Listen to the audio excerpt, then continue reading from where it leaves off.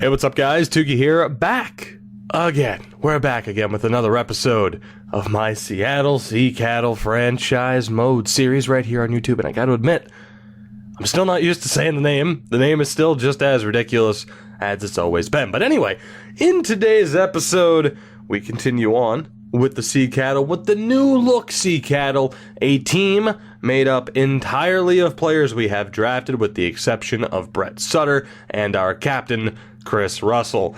Does that mean it's a good team? Absolutely not. For the most part, this team is hot garbage. Smoldering, you might say. It's a rough situation with the exception of this top line. This is the hope. All the hope for this team relies on this top line and their development. Obviously, with Anderson Dolan being medium top 9, I'm a little bit worried about his development. But Kyler Yamamoto and, more importantly, Trent Bengoa are the top 2 players for us moving forward. And I can only hope that their development is not stunted by the fact that they are on such a terrible team.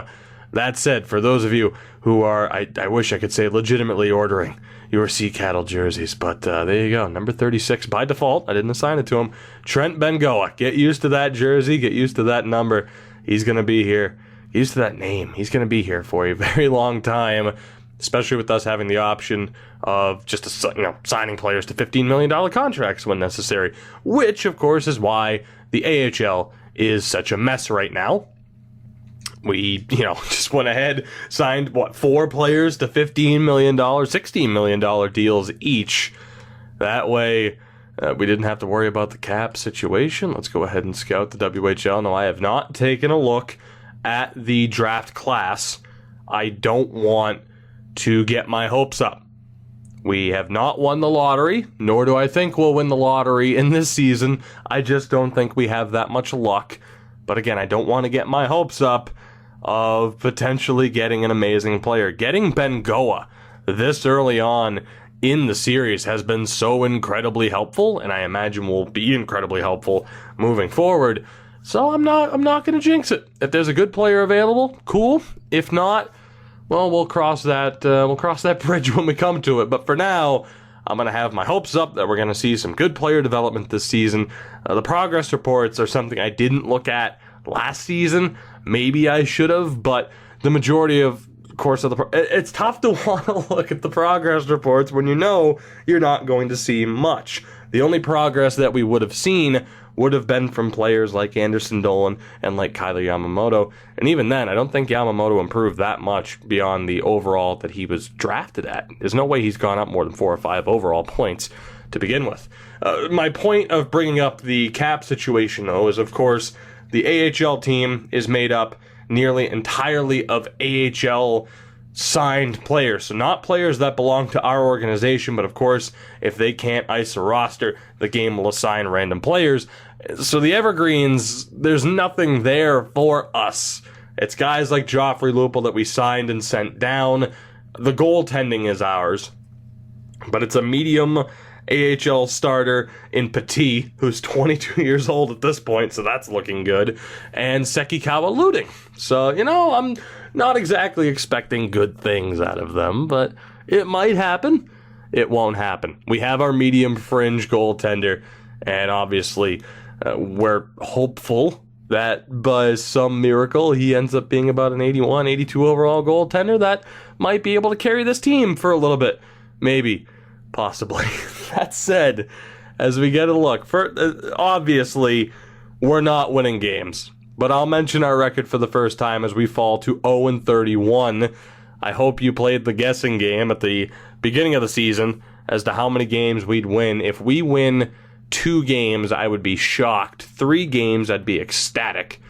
There is a very realistic chance of us going winless in this series. Like, that could happen. It's happened before in Draft to Glory style series, and this roster is as close to, as we get our first point of the season with an overtime loss to the Bruins, a shootout loss. This team is as close to an actual Draft to Glory team as we've had yet in this series. Again, if you've watched one of the original Draft to Glory series, we normally just take the worst team possible out of the fantasy draft. That's not what we did this time with the expansion draft, although we did take some of the worst possible players that we really could have, just for the sake of a joke. We did get a second overtime loss to Detroit at the beginning of the month, by the way, which is pretty nice. But whether or not we can get a regulation win, or just a win in general this season, I'm not exactly hopeful for that. But we will go ahead and scout out the forwards for another 6 weeks. Of course, right now, at this stage of the series, it is more about just making sure that we are, in fact, this bad, so that's helpful, getting our players to progress, and hopefully not losing the lottery, as we have continued to do time and time again to begin this series. But I will say, if you haven't guessed how many games you think we're going to win, now might be a good time to do so, but if anything, the question might be, is it a win? Will we get a single win? Will this team win a game this season? The other question, who do you think our leading scorer is going to be? Is it that obvious that it's going to be Bengoa, or do you think that perhaps it's one of his 2 line mates? I don't really see someone like Sutter finding a way to be the leading scorer of this team. Dawson Butt being the leading scorer would make me the happiest person on the planet, but I don't think that's going to happen. Just a hunch. So, of course, we'll skip right through deadline season 0, 60, and 2. That is a spectacular record, if I do say so myself. We have just about a month left in the season, factoring in the beginning of April. Do we have enough time to get 1 victory this season? And if so, take a look at the schedule. Who do you think it will be? Of course, right now, knowing that what the roster is, knowing that it's EA's default roster from the beginning of this year, no updated potentials, no created players, and knowing the fact that we're 3 seasons into this, and a ton of changes have already happened. We only have 3 games left this season after losing to Calgary. Can we beat Dallas or New Jersey, please? No, we cannot. We finish winless. 0, 79, and 3. We get 3 points for this entire season. This is one of the worst teams we have ever put together, as Bengoa did in fact lead this team in points. 46 points on this team is not too bad at all. That's a very impressive number. He's showing up as a 79. Of course, we'll take a look at the progress reports. And unfortunately, it already wiped the information. Riley Sutter's up to a 67, though. So we'll save the progress reports for the end of the season, because there can be some last minutes changes. But I do want to take a look, number one, around the league, but at the player stats as well. So the Anaheim Ducks win the Pacific. Of course, we finished without a win. In the Central, that goes to Nashville. The Bruins win the Atlantic, and the Flyers win the Metro by a single point. So in both the Eastern and Western Conference, there was a division with 5 playoff teams. Anaheim takes home the President's Trophy. As far as goals, we scored 96 goals all season. Look at the difference in goals for per game between us and the second lowest team. They scored 90 more goals than we did. We also let up 482 goals. Look at the difference in goals against per game. Only one other team finished above a 3. That was New Jersey. The Sea Cattle finished with a 588, was it? Which is just insane. Bengoa, of course, was our leading scorer. Anderson Dolan finished in second. Yamamoto unable to get above the 40-point mark. But Anderson Dolan led this team in goals. I said it might be able to happen. It didn't. With one of these two perhaps topping Bengoa as the leading scorer, Anderson Dolan at least put up more goals. Morgan Geekie with 27 points, Riley Sutter with 23, and from there, it just fell off a cliff. That's the only way to put it. The goaltending save percentages. 850 or higher. Is 850 too low? Let's say 880. 880 or higher with our 2 goaltenders. Is that the case? Oh my God, 850 wasn't too high in the case, or too low in the case of Christopher Frazier. 44 appearances with an 832. He was a 54 overall, so it's not really surprising. Beck Warm was our starter. He finished with an 874. Ouch. This team. I mean, I didn't expect anything less, but still, Gibson was the wins leader. No real surprise there. In terms of rookies, it's going to go to Billy Hobson of the Devils, more than likely. Bengoa, though, was somewhat impressive. Even in points with Matt Barzal, and Barzal was on a much better team. Patrick Kane leads the league in points with 108. Daniel Sprong's there at the bottom of the list. The goal-scoring king was Tarasenko. He and Ovechkin, the only two to break 50.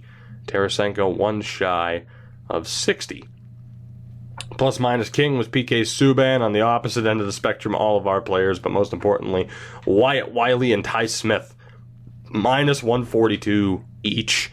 As we'll take a look at the penalty minutes for the hell of it. And actually, it's Borowiecki. I was going to say 100% it's Jake Dotchin, right? Not the case. It's Mark Borowiecki with 185. Let's take a look here. The Iron Man of the league was Kevin Shattenkirk and Brent Burns, actually. They were tied. The face-off leader, Ryan Getzlaf. The hit king with 210, Martinson. Brett Sutter was second, though. Impressive. What happened to our biggest goon friend, Jake Dotchin, as Wyatt Wiley led the league in block shots? Rumble was up there, too, and Tishka.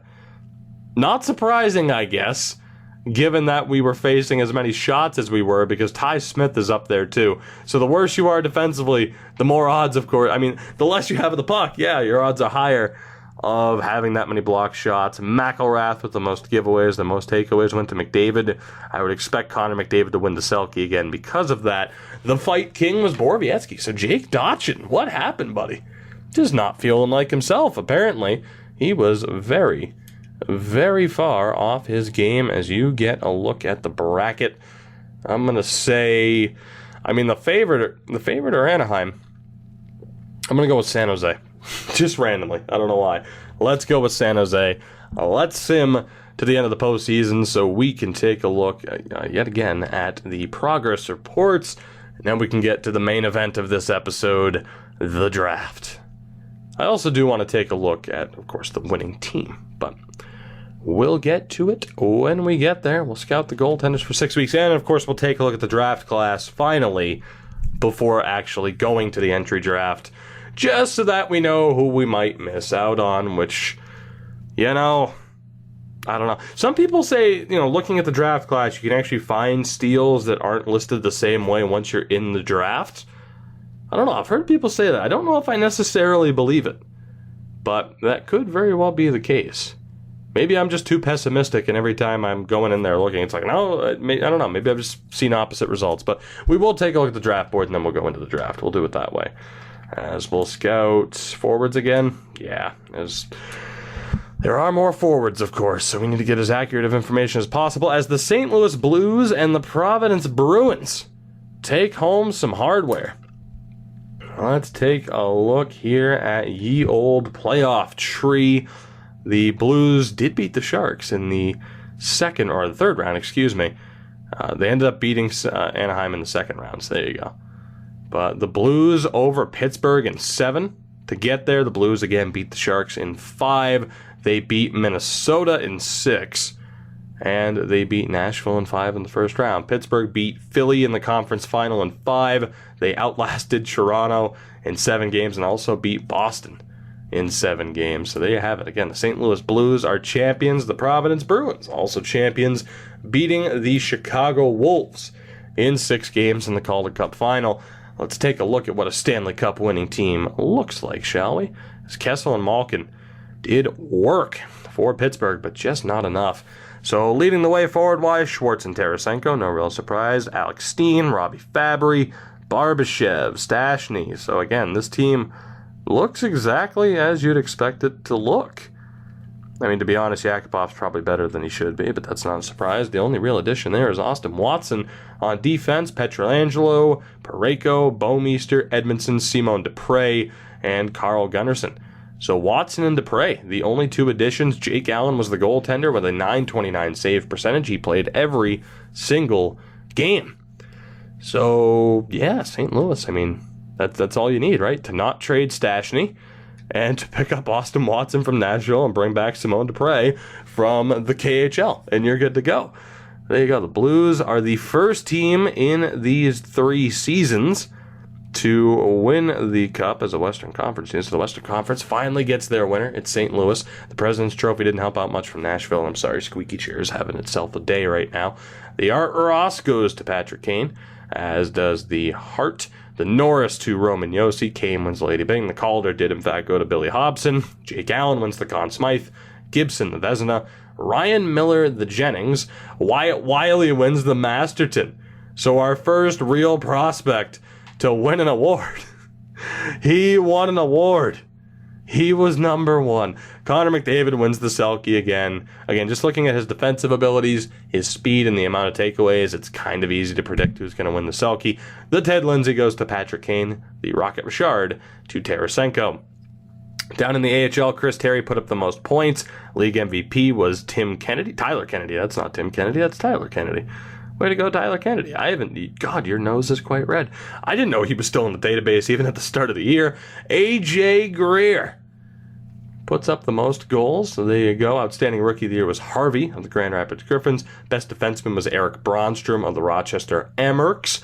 Goaltender of the Year, Eddie Lack. Malcolm Subban, the MVP of the playoffs. And that concludes the season wrap-up. The awards, the playoffs, the stats, everything. So we get to take a look at our team as a whole. Then we get to look forward to the draft. So Trent Bengoa is legitimately up to an 81 overall from a 77 to an 81.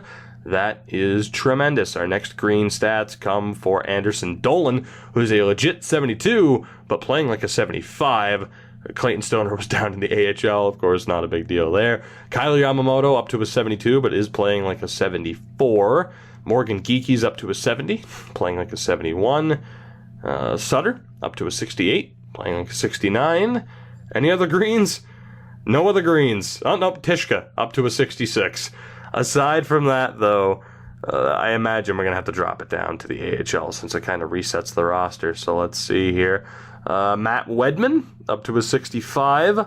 Brett Leeson to a 64. Petit up to a 63. Wiley a 62. Malainen is a 62. Ty Smith as well. So no major improvements. Frazier's a 54. Morisseau's a 54, as is Mutala. And Cody Savey is a 53. Jake Lee is a 52. So 2 and 3 points there. Savey with the biggest improvement with the 6 points there. But for the most part, 1 to 3 point improvements for the majority of our players, which is nice. It's not insane, but it's nice.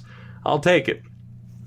Obviously, the better these guys can get, even the trash bags of the team, no offense, but the better, oh my God, we won the lottery. The better these prospects can get, it's going to help in the long run one way or another. Don't look now. The Seattle Sea Cattle have a number 1 pick, the worst team in the history of the NHL. And finally, the lottery odds go our way. We have a number 1 pick. But will there be a player eligible inside the top 5? Will there be a player eligible inside the top 10? Even in the first round? Tough to say how badly we could get screwed over here. As Marion Gaborik retires 15 points short of 900. Duncan Keith, Jason Spezza, Nick Schultz, Jokinen, quite a few others, Yuri Hudler and Dan Girardi. Dan Girardi, if you could stop playing, and this is real world talk here, real world talk here, okay? That was a weird way to phrase it. If you could stop playing like the Dan Girardi of old, who was actually half decent, if you could stop blocking Bruins shots like your life depends on it, I would really appreciate it. But back to the task at hand, the Sea Cattle, because we have arrived. It is draft time. The question is, do we have anybody available to us that is worthy of the number 1 pick? And with that many exacts, I'm going to say the answer is yes. WHL, the Kelowna Rockets. Kamloops, Calgary. Uh-oh. That's not good. Again, Everett, Spokane, Tri-City, Seattle. That's what we're looking for. Saskatoon, Calgary, Victoria, Swift. Oh my God. This is bad. This is real bad. One more time. And why you can use the triggers to sort through here, I have no idea, but not at the actual draft menu. Please, for the love of God. Red Deer, Saskatoon, Medicine Hat, Swift Current, Everett. Oh God. Nathaniel Huskins is our best option. What are the odds, or at least our first option, what are the odds that all of these players would turn out to not be from the teams that we needed? Oh boy. Alright, so we'll pin Huskins. Sullivan. Please. Swift Current again. Victoria, Vancouver, Prince Albert, Moose Jaw, Calgary, Tri-City. Stephen Belfour. Also in the first round. And that's it. So it comes down to Belfour or Huskins. And Belfour being a playmaker probably makes more sense. We do get a look at Huskins' stats. He's going to be in the 60s, but he's not going to be terrible. That potential's a question mark, though. Belfour as well will probably be in the 60s.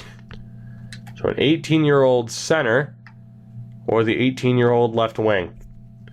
We know what Belfour is. What is Huskins?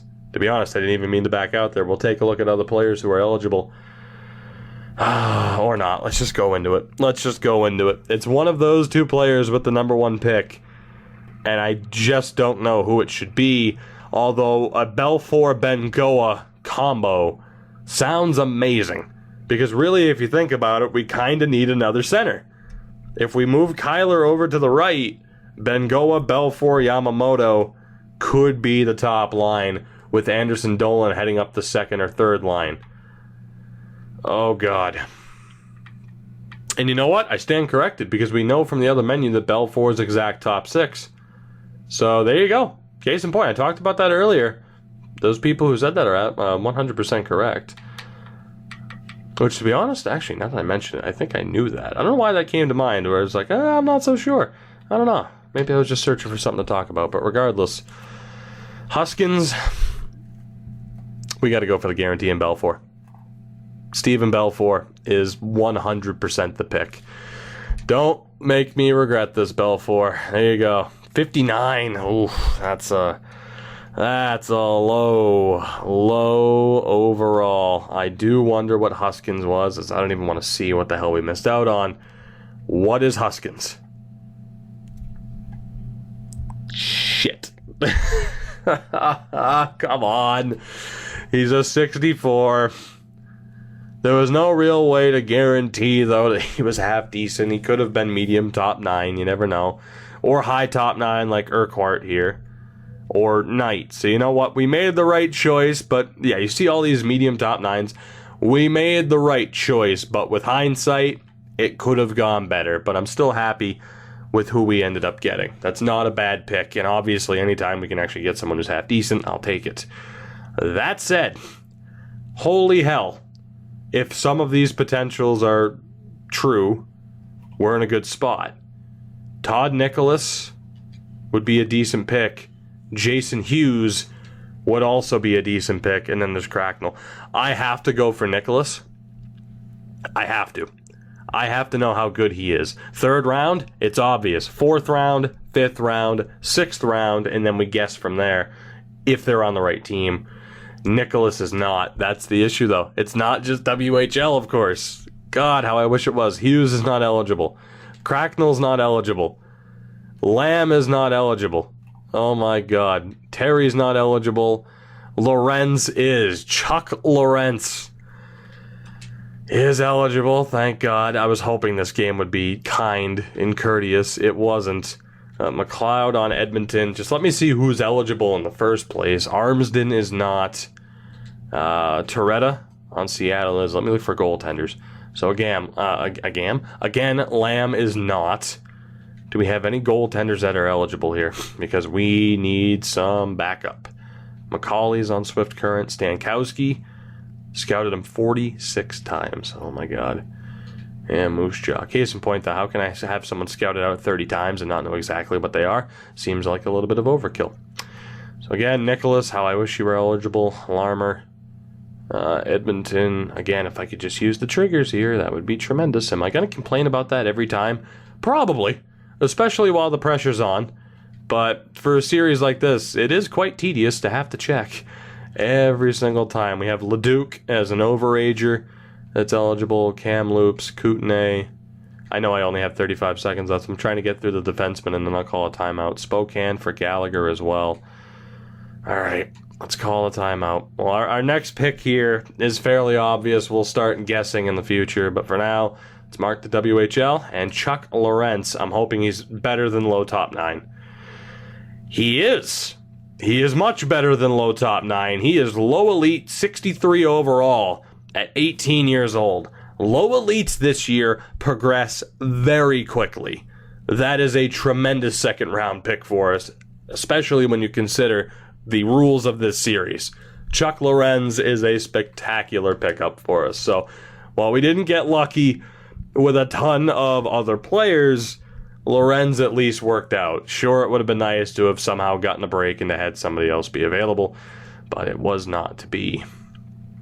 So let me check the rest of these defensemen. We made it down. Yeah, we did make it down to Gallagher, didn't we?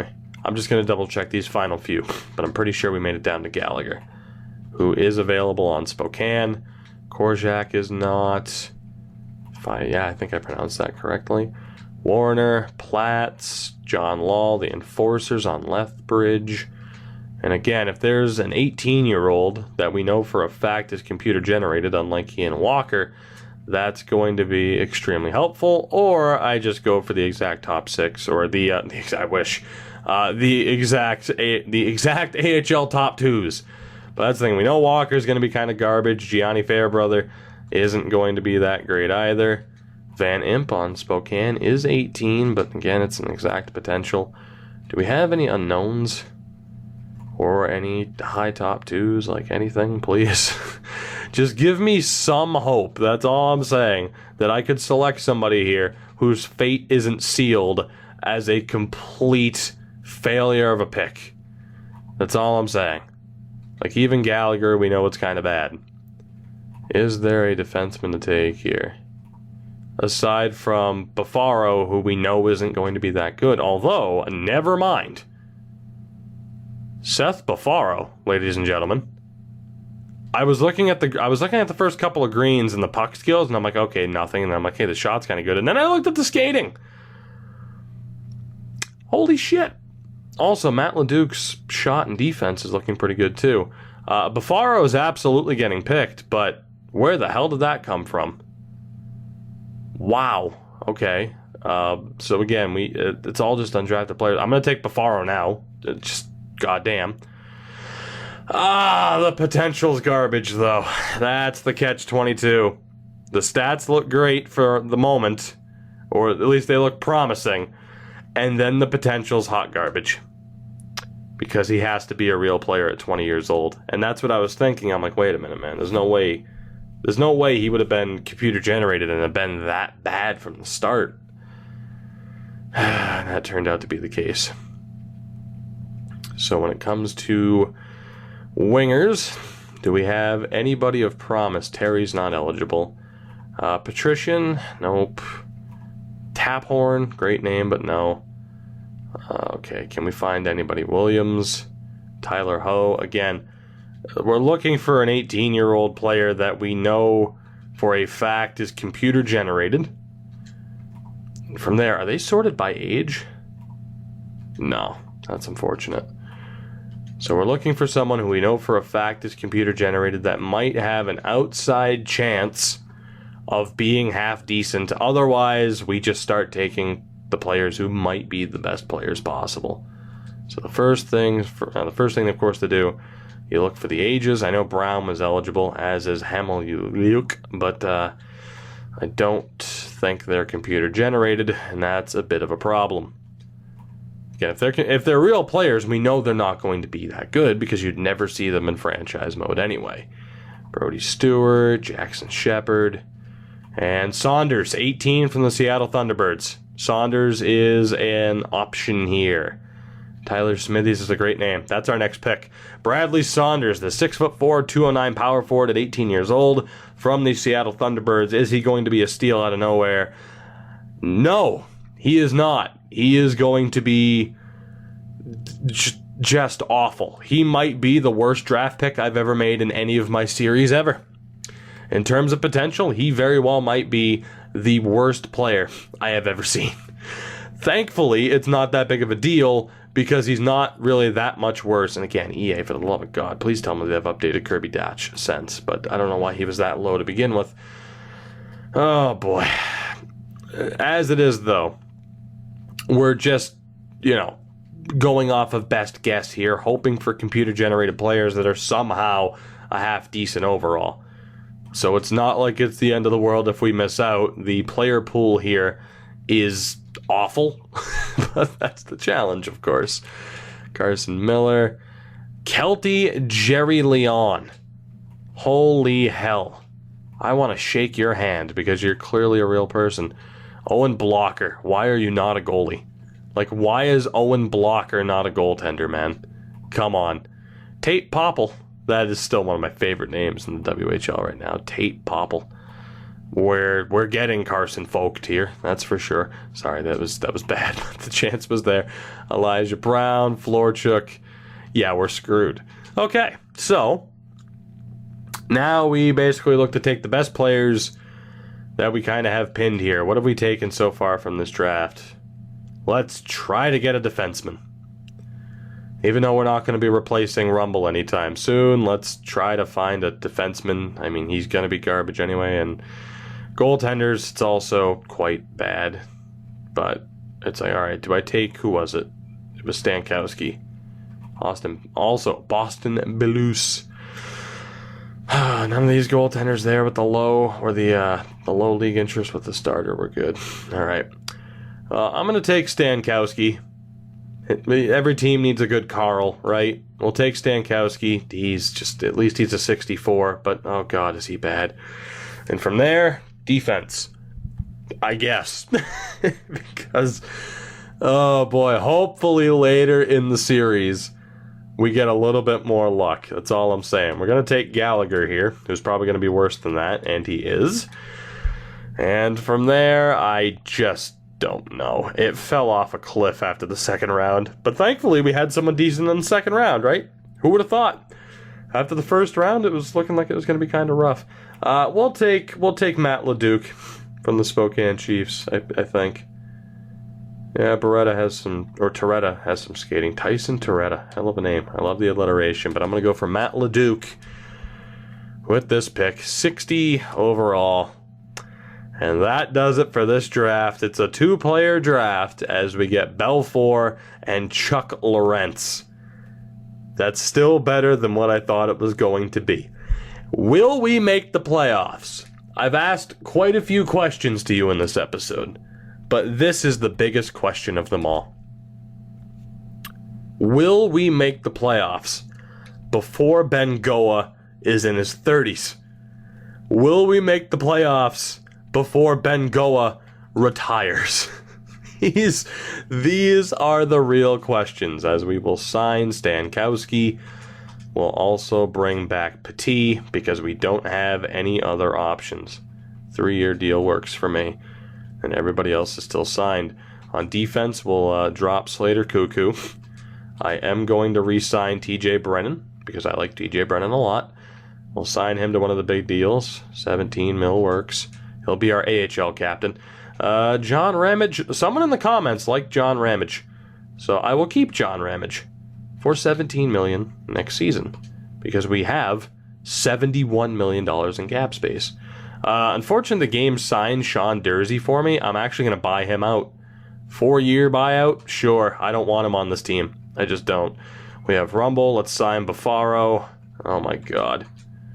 And we'll sign LeDuc as well. This team is stunning. And not in a good way. Oh my god.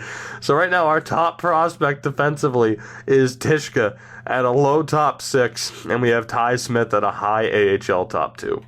Our highest overall drafted player is Tishka at a 66 overall. Oh boy. For right wings, we'll let go of Lupul and Setaguchi for the moment. DiDomenico as well. And Mark Mancari, I love you, but I gotta let you go. Sutter as well. You won't play with who's probably a family member. We will sign... Do I sign Saunders? Like, really? You know what? I will. Screw it. I drafted you. I'm going to sign you. I'll at least give you some money in which you can go on, live your life, and retire. These are your only 3 years, and then you're done. You're gone. Chuck Lorentz will sign, and Belfour we will sign. And they are both, of course, going to be on the NHL team this season. So we're going to sort out who is signed and what the salary cap situation is. We'll jump into free agency, and we'll make up the rest of the salary cap needed. As far as the AHL roster goes, I'm simply not going to care. I'll let aside from making sure that if we have any prospects there, as we have $37 million available, aside from making sure that if we have any prospects there that are in the lineup, that's all we really have to do. The game can continue to sign players to fill out that roster if it needs to. So we are going to look to sign 2 more players here, 2 more $17 million contracts. That will give me enough salary cap taken up that I can sign whoever, or I can call up and send down whoever I want to. Oh, let's see. Who do we have here? Who's someone who's getting... There we go. I was going to say, someone who's getting up there who's not going to make an NHL roster otherwise. Christian Ehrhoff. Olympic silver medalist, Christian Ehrhoff. Which is still just crazy that the Olympics were a thing and that the OAR won and Germany got a silver even though they should have had a gold, you absolute choke artists. Sorry, I'm a little bit salty over that. Jeremy Williams. Is there anybody better? Cody McLeod. Nathan Horton. Sorry, McLeod. Sorry. As if Nathan Horton isn't, getting paid handsomely as it is. Ehrhoff and Horton will be our last 2 signings. And then we're good to sim to the start of next season. We'll set up this roster, and maybe, just maybe, we'll see a little bit of player progression. Maybe this team will look decent. Maybe we'll have our first true 80 overall player with Bengoa. I'm kind of hoping that Anderson Dolan and Yamamoto improve a little bit as well. Having them be closer to as close to the mid-70s as possible would be extremely helpful. But we shall see what happens as we sim on to the start of this next season. I'm still happy that we ended up with at least 2 decent players. Out of all those WHL players, you know what? Would it have been nice to have ended up with a medium elite, particularly a medium elite goaltender? Sure. But I'm feeling a little bit hopeful. I knew these first few draft classes were going to be absolutely awful for us as we cycled through the real-world players that are on those rosters and that just aren't that highly rated. Beyond this draft, we should be good. We should be good. We should have that ability to pick up at least a couple of decent players, even some medium bottom 6 potential guys. Think about how big and how important the success, how big to the, of a part of any potential success we have that those players will be. Medium bottom 6 forwards compared to what we're getting right now, those players are going to be so incredibly valuable to us. So that is why I like Draft to Glory as a series. It adds that much more importance to some of these players. I am going to let Frazier play in the CHL this season. We'll go with Petit and Stankowski. On defense, Brennan, Ramage, and Ehrhoff will be sent down. Rumble is still our captain. Rumble's our captain until he retires. I'm going to leave it that way. So, Krebs, Lee, and Gallagher in the AHL. And then forwards, Bengoa is an 81. So there you go. We have our first legit 80-plus overall player. Again, we've made the exception for Rumble just to let him play. It's not like it makes a difference. It's not like I'm like, Patrice Bergeron's allowed to be on this team. So it's nothing too crazy. So we have to send down Nathan Horton for just anybody. They're all garbage. Sasha Mutala will get to play. So let's take a look at what this team is shaping up to be for Season 4. So again, Bengoa, Anderson Dolan, and Kyler Yamamoto are all right where I want them to be. So that's perfect. Sammy Moilanen, Geeky, and Sutter. That's a really good second line. Wedman, Leeson, and Lorentz is also tremendous. And the fourth line of Mutala, Belfour, and Dawson Butt. That is not as tremendous. I kind of want Belfour to get a little bit better playing time.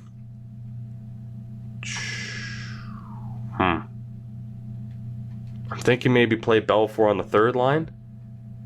Like, that's the tough call. It's like, do I just outright... Like, I feel like obviously Anderson Dolan's going to develop a little bit more quickly if we play him with those top line minutes. Let me know what you think, actually. Let me know what you think. Do I keep Mutala, Belfour, and Butt as the fourth line? Do you think Belfour will still develop well enough on the fourth line? Or should we go with maybe a, Leeson on the fourth line? Maybe even a Morgan Geeky? What do you think? But for the moment, I mean, the team is certainly looking better, as you would expect. And defensively, we're still going to move Rumble over to that side. So Tishka, Smith, Leduc, Wiley, Buffaro, and Rumble, the goaltender, Carl Stankowski. It's your turn to get absolutely shit on for an entire season. Frazier is actually not AHL eligible, which means Beck Warm, as the lowest rated guy here, is going to be taking a back seat to Sekikawa Luding and Frazier. In terms of potentials, yeah, because we're going to roll with Stankowski to give us a chance to win a couple of games at least. So that works. Unless I wanted to go, I mean, no matter what I do, Frazier won't be a starter, but he'll still get playtime. So I think that works out. That works out with Beck Warm being the healthy scratch. On defense, is there anybody that I need to make sure is playing? Probably. And actually, you know what? I will go best lines just to improve their chances. Let's go back to goaltending. We'll take out Beck Warm for Frazier. On defense, let's take out Toskala. Tambellini is not ours. Krebs is, as is Gallagher. So we'll play Krebs. We'll take out Suglobov for Gallagher. And we'll give them third pairing minutes. I mean, is it really going to help for them? Probably not. So we'll at least let the half-decent guys play. But they'll play third pairing minutes. And then for any forwards that we may have, I don't know if we have any. Helmerson's not ours. Yeah, so we're good. It's just, I believe, Morisseau is our only signed player. Person's not under contract to us. Yeah, so we'll just bump up Morisseau. He'll play with Horton and Backman. And we're good. Actually, here, we'll play Krebs with Ehrhoff. So we'll split up that pairing. So overall, everybody that we would at least like to be playing is playing. Of course, the only question that we have is, what do we do with the fourth line? Is it the right move to have Belfour play on the fourth line? At least he's playing at the NHL level. Anderson, Dolan, Bengoa, and Rumble are the captains for the moment.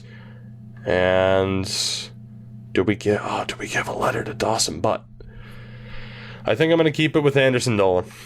I think I will. I think we're good for that. And then as far as AHL captaincy goes, with the lovely Tacoma Evergreens, what are we thinking here?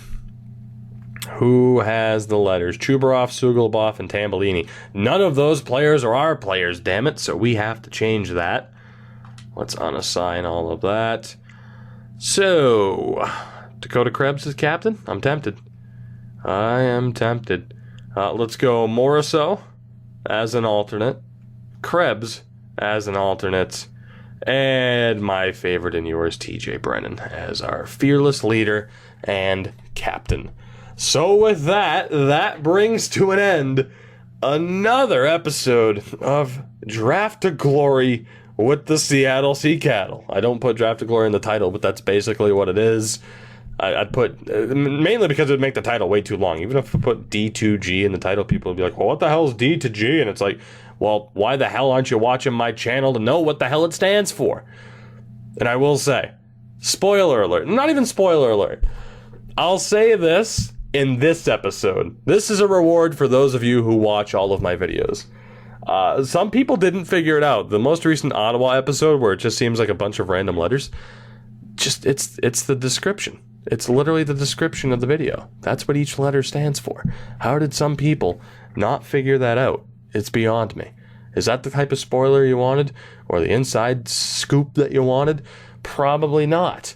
So I'll give you this information. I won't. I was about to lie and be like, I'm recording this without any pants. I'm not. I'm wearing shorts and a t-shirt because I just got back from taking Emmy for a walk. I don't know how to end this episode. So I'm just going to thank you for your support. It is appreciated. I'm sitting here trying to think like, okay, how can I end this episode with a bang? I got nothing. I have absolutely nothing. So thank you for the support. I do appreciate it. You know what you can do to support me, the channel, the video, and all that fun stuff. Leave a like and subscribe. They say if you mention subscribe at the end of the episode, the people will do it. But I don't have to worry about that because all you beautiful people have already subbed. I know it. And if you haven't, you make Emmy a sad doggo. And that's how you end an episode with a bang, by laying cute dog guilt on your viewers. Boom. I'll catch you guys in the next one. And I'll try not to be as tired next time when I record. No promises.